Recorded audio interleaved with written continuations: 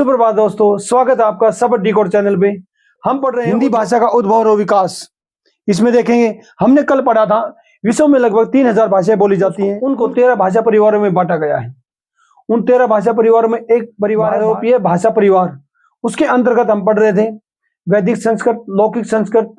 फिर उसके बाद हमने देखा पाली, प्राकृत और अपभ्रंश।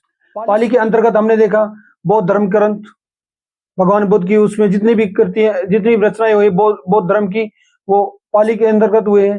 फिर प्राकृत और अपभ्रंश पढ़ रहे हैं। अपभ्रंश को देखिए, अपभ्रंश हमने देखा अपभ्रंश के अंतर्गत 5 उपभाषाओं को और 22 बोलियों को कैसे बांटा गया है। 22 बोलियों में एक एक करके समझेंगे। आइए, अपभ्रंश को शोरसेनी, अर्धमागधी और मागधी में 3 भागों में डिवाइड किया गया है। शोरसेनी के अंतर्गत पश्चिमी हिंदी आता है, राजस्थानी, पहाड़ी। इनको देखेंगे। पश्चिमी हिंदी के अंतर्गत देखिए कौन कौन सी बोली आती हैं। खड़ी बोली, ब्रजभाषा, बांगरू, बुंदेली, कन्नौजी, दक्षिणी। अब देखो राजस्थानी के अंतर्गत मारवाड़ी, मेवाड़ी, ढूढ़ानी, हड़ौती, मेवाती, वागड़ी, मालवी। पहाड़ी के अंतर्गत गढ़वाली, कमाऊनी, पहाड़ी। आगे देखिए पूर्वी हिंदी के अंतर्गत क्या आएगा। देखिए अवधी, बघेली, छत्तीसगढ़ी और बिहारी के अंतर्गत भोजपुरी, मैथिली, मगही। इन्हीं को समझेंगे एक एक करके।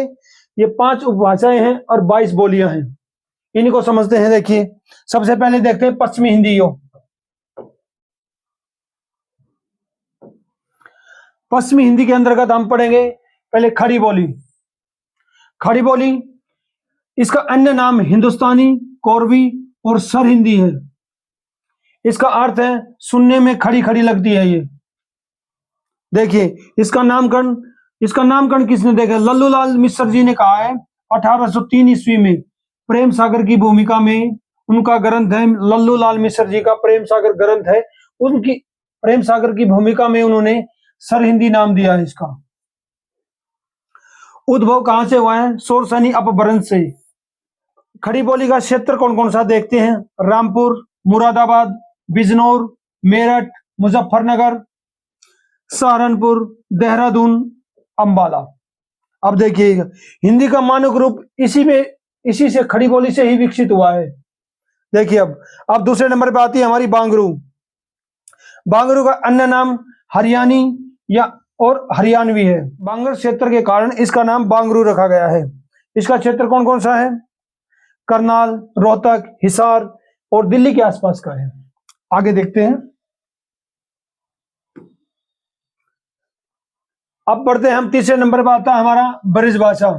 ब्रजभाषा का अन्य नाम क्या है। अंतर्वेदी। अर्थ है पशुओं का समूह या चारागाह। साहित्य में इसका महत्व देखते हैं। मानक हिंदी के बाद सबसे ज्यादा समृद्ध ब्रजभाषा ही है, क्योंकि 15वीं और 18वीं सदी में पूरे उत्तर भारत की साहित्य भाषा रही है। ये देखो ब्रजभाषा को इन्होंने समृद्ध किया है। सूरदास, तुलसीदास, मीरा, रहीम, रसखान, बिहारी, देव, घनानंद, भारतेंदु आदि ने इस ब्रजभाषा को समृद्ध किया। ब्रजभाषा का क्षेत्र देखते हैं। मथुरा, आगरा, अलीगढ़, धौलपुर, मैनपुरी, एटा, बदायूं, बरेली, ग्वालियर और भरतपुर ब्रजभाषा के अंतर्गत आता है। आगे देखते हैं। अब पढ़ेंगे बुंदेली। बुंदेली को देखते हैं। इसका क्षेत्र बुंदेलखंड है।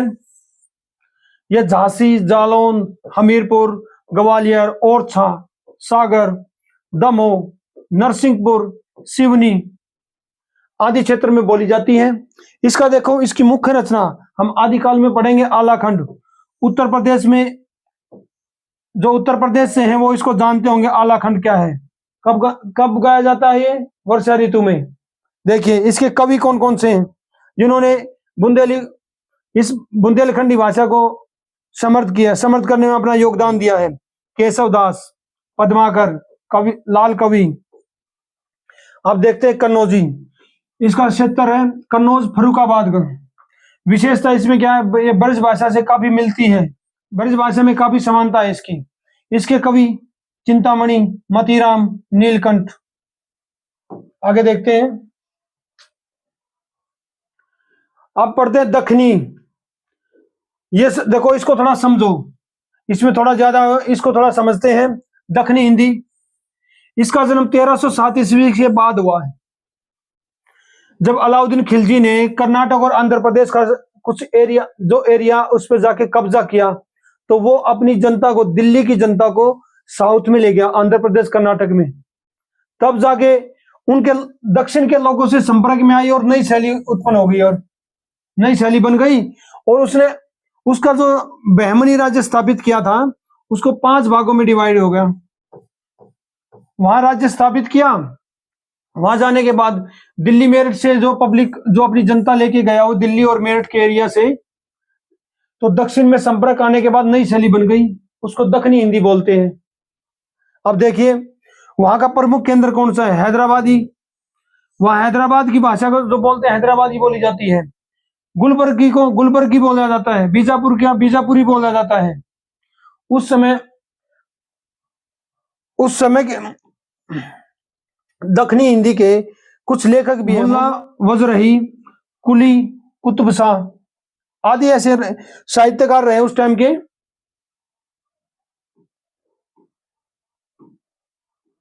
अब देखते हैं पूर्वी हिंदी को। पूर्वी हिंदी के अंतर्गत हम पढ़ेंगे अवधी।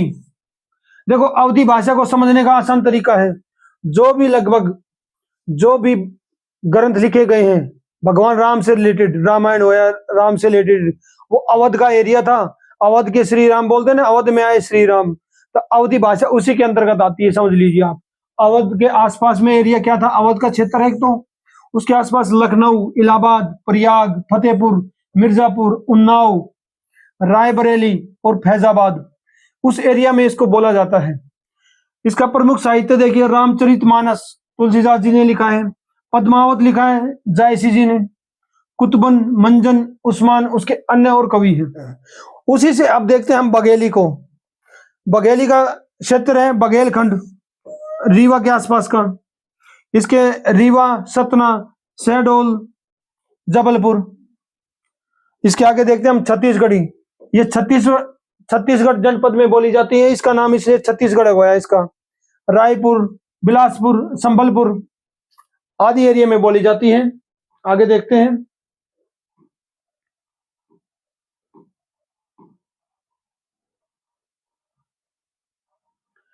अब हम देखते हैं बिहारी बोली को।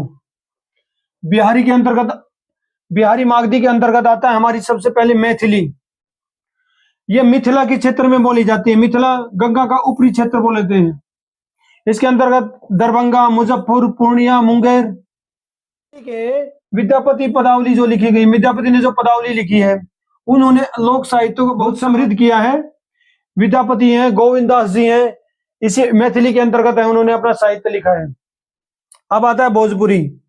भोजपुरी को देखते हैं। देखो, राजा भोज ने भोजपुर देश, इसलिए वहां की बोली को भोजपुरी भाषा कहा जाता है। इसके अंतर्गत देखिए इसका महत्व क्या है। यह बिहार की सबसे महत्वपूर्ण बोली है। ये बिहार है, देखो जो गलती से बिहारी लिख दिया, बिहार की सबसे महत्वपूर्ण बोली है ये वाराणसी, जौनपुर, गाजीपुर, बलिया, गोरखपुर, आजमगढ़, शाहबाद इस क्षेत्र में बोली जाती है। पूर्वीय पात्र हैं, जो भी करेक्टर है उस फिल्मों में जो काम करते हैं, उनकी भी यही भाषा है, भोजपुरी ही। अब देखिए मगही को देखते हैं। आगे चलिए। मगही का अर्थ है मगध की बोली। ये पटना, गया, हजारीबाग इस क्षेत्र में बोली जाती है। चलिए आगे देखते हैं।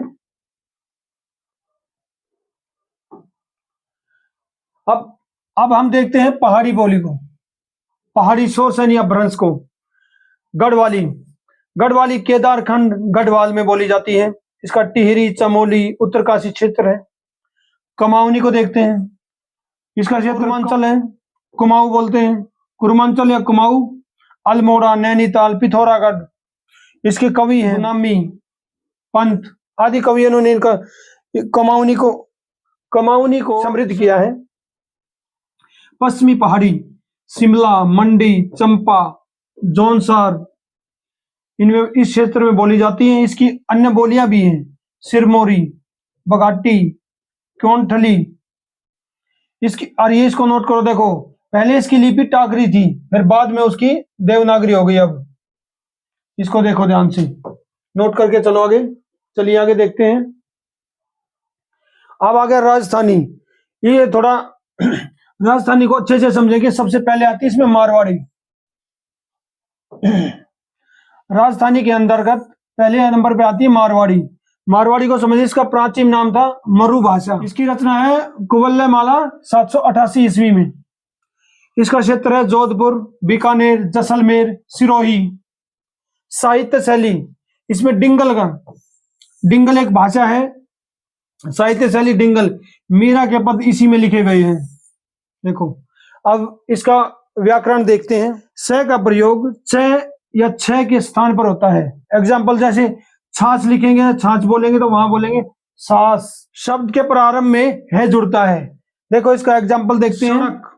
सड़क को वहां के इंसान बोलेंगे हड़क, ऐसे चेंज आ जाता है। अब देखेंगे ल का ला हो जाता है। फिर देखिए इसका एग्जाम्पल देखते हैं। काला, काले का बोलते हैं उधर काला, ऐसे आड़ा आच निकल जाता है उसका। देखिए कर्मवाच्य में इज के प्रत्यय लगता है। कर्मवाच्य में इज प्रत्यय लगता है, जैसे मारना, मरीजनों। कारक चिन्ह में न कर्म होता है, सु कारण होता है। अब देखिए इसका एरिया मेवाड़ी, उदयपुर, चित्तौड़गढ़ में बोली जाती है। मारवाड़ी के समान है ये।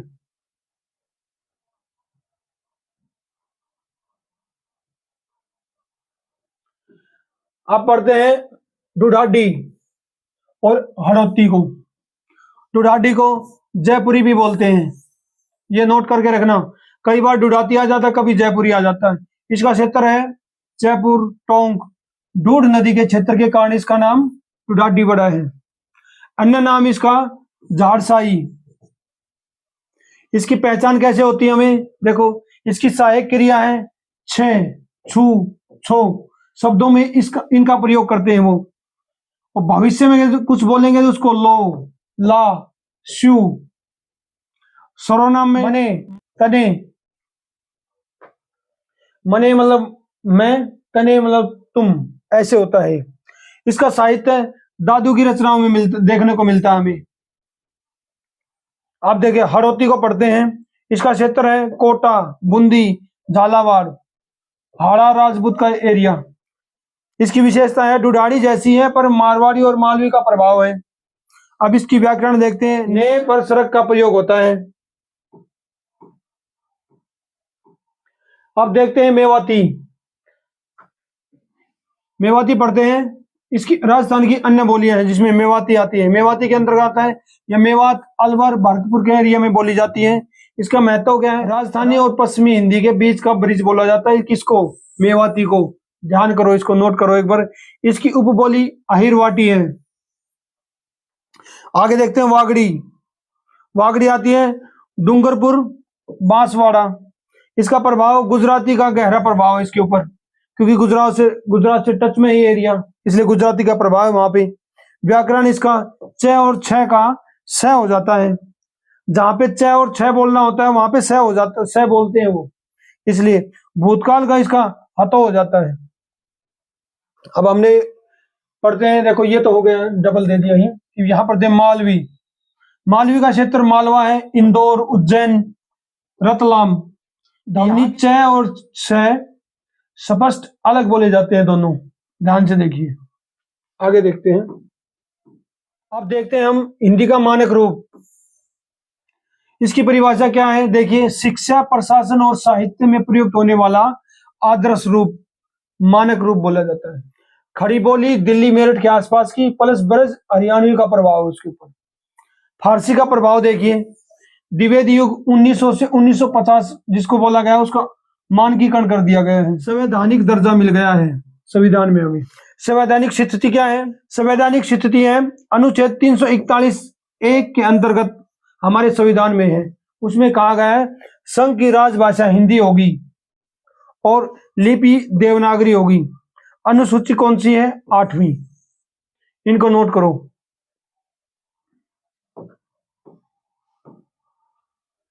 अब देखते हैं हिंदी की शैलियां। आइए, सबसे पहले आती है हमारी उर्दू। उर्दू को इसका अर्थ क्या है देखिए, शाही शिवर या खेमा। उद्भव कहां से हुआ इसका? दिल्ली की लोक भाषा खड़ी बोली प्लस अरबी फारसी शब्दों से। समय सीमा इसकी क्या थी? 13वीं से 18वीं सदी तक। अब आती है हमारी हिंदी। हिंदी शब्दावली क्या है? संस्कृत या देशज शब्द है। लिपि इसकी देवनागरी है। अब उर्दू को देखते हैं, शब्दावली क्या है इसकी? अरबी और फारसी, अरबी या फारसी, लिपि उसकी फारसी है।